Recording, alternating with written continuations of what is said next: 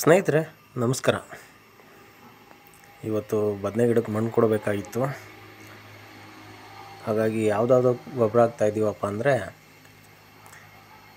DAP 10-26 ಮತ್ತು ಬೇವಿನ ಹಿಂಡಿ ಮೂರನ್ನೂ ಮಿಕ್ಸ್ ಮಾಡಿ ಒಂದೊಂದು ಗಿಡಕ್ಕೆ 100 ಗ್ರಾಮ್ ಕೊಡ್ತಾಯಿದ್ದೀವಿ ಸ್ನೇಹಿತರೆ. ಇದು ಬದನೆ ಗಿಡ ತಳಿ ಬಂದ್ಬಿಟ್ಟು ಮೈಸೂರು ಬದನೆ ಅಂದ್ಬಿಟ್ಟು.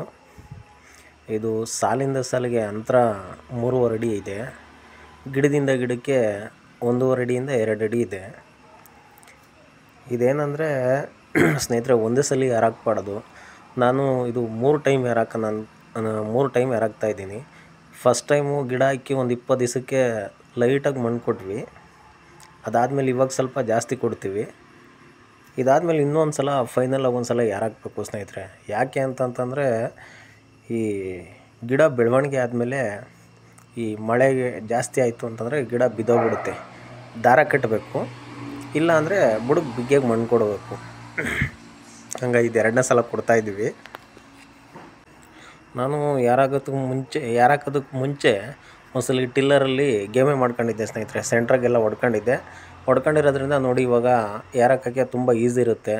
ಮಣ್ಣು ಈಸಿಯಾಗಿ ಸಿಗುತ್ತೆ, ಜಾಸ್ತಿ ರಿಸ್ಕು ಅನಿಸಲ್ಲ, ಆರಾಮಾಗಿ ಯಾರಾಕ್ಕೋಬೋದು. ಇವತ್ತು 3 ಜನ ಯಾರಾಕ್ತಾಯಿದ್ದೀವಿ. ಮಧ್ಯಾಹ್ನದಷ್ಟೊತ್ತಿಗೆ ಆಗೋಗುತ್ತೆ ಯಾರಾಕಿದ್ದು, ಸಾಯಂಕಾಲದಷ್ಟೊತ್ತಿಗೆ ಆಗೋಗುತ್ತೆ. ಇನ್ನೊಂದು ಏನು ಇದರಲ್ಲಿ ಸ್ವಲ್ಪ ಬದನೆ ಗಿಡದಲ್ಲಿ ಬೇಜಾರು ಅಂದರೆ ಮೆಡಿಸನ್ ಜಾಸ್ತಿ ಕೇಳುತ್ತೆ ಸ್ನೇಹಿತರೆ. ಈ ಹುಳ ಸಿಕ್ಕಾಪಟ್ಟೆ ಹುಳ ಕಡಿಯುತ್ತೆ. ಸಖತ್ತು ಹೊಡಿತಾನೇ ಇರಬೇಕು ಔಷಧಿನ. ನಾನು ವಾರಕ್ಕೊಂದ್ಸಲ ಸ್ಪ್ರೇ ಮಾಡ್ತಾಯಿದ್ದೀನಿ. ವಾರಕ್ಕೊಂದ್ಸಲ ಸ್ಪ್ರೇ ಮಾಡಲೇಬೇಕು ಸ್ನೇಹಿತರೆ. ಇಲ್ಲ ಅಂತಂದರೆ ಕಾಯಿ ಬಂದಮೇಲಂತೂ ಎಲ್ಲ ಕಾಯೆಲ್ಲ ತೂತ ಆಗೋಗ್ಬಿಡುತ್ತೆ. ವಾರಕ್ಕೊಂದ್ಸಲ ಹೊಡಿತಾನೇ ಇರಬೇಕು ಇದಕ್ಕೆ ಸ್ಪ್ರೇನ.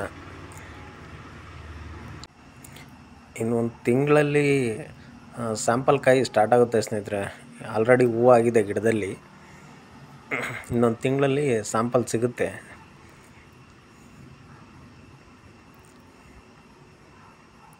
ನೋಡಿ ಯಾರಾಕಿರೋದು ಈ ಥರ ಕಾಣ್ತಾ ಇದೆ.